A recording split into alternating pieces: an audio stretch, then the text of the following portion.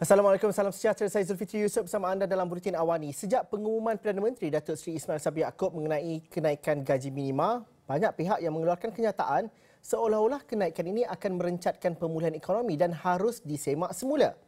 Benarkah hujah ini? Ketua Penerangan UMNO dan juga Naib Ketua Pemuda UMNO Malaysia Syaril Hamdan bakal membuat penjelasan. Tapi sebelum itu beliau ada membuat ringkasan penerangan mengenai gaji minimum ini. Kita dengarkan.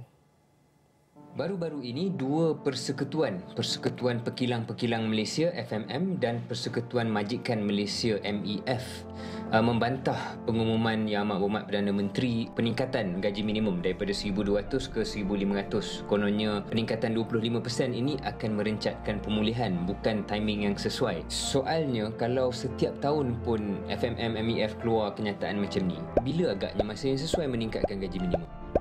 Malah kalau kita lihat gaji minimum yang dihasratkan 1,500 ini berbanding tahun 2012 RM900, sebenarnya peningkatan hanya sekitar 5.2% setiap tahun.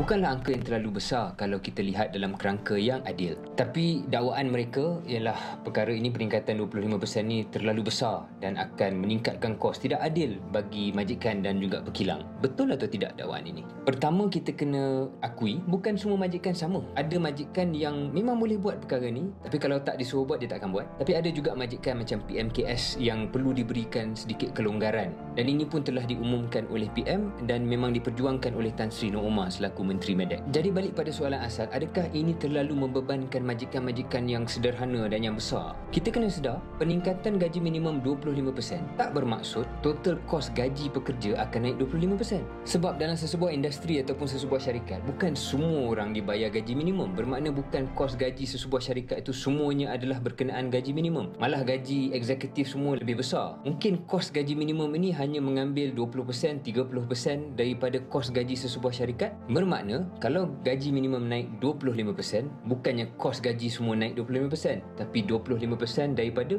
30%. Kemudian, bila kita tengok laporan tahunan kebanyakan syarikat, kos pekerja kita 10% daripada total kos. Jadi 10% daripada 78%. Kurang 1% peningkatan kos disebabkan gaji minimum ini. Kali lagi, saya bukan kata ini benar untuk semua syarikat, tapi secara puratanya itulah. Peningkatan 25% gaji minimum ini barangkali akan meningkatkan kos 1% aja. Dan apabila kita lihat bahawa shareholder earnings ataupun profit company itu boleh naik dalam 40% dalam tempoh 5 tahun, saya rasa peningkatan kos 1% itu berbaloi lah, kerana ia membantu memberikan gaji yang lebih bermaruah kepada rakyat Malaysia. Ada satu lagi dakwaan yang cuba main sentimen nasionalism sikit apabila dia kata bahawa ini akan membawa kepada 2 bilion ringgit yang akan dikeluarkan daripada Malaysia kerana kononnya pekerja asing akan dapat lebih banyak gaji dan dia akan bawa keluar. Soalan asasnya, apa problemnya, apa masalahnya? Kenapa ada double standard? Bila kita minta FDI ataupun FPI, Foreign Portfolio Investment, kita tak fikir pula syarikat asing melabur kat sini untung dia bawa keluar. Tapi bila kena mengena dengan buruh migran, kita start main sentimen ini.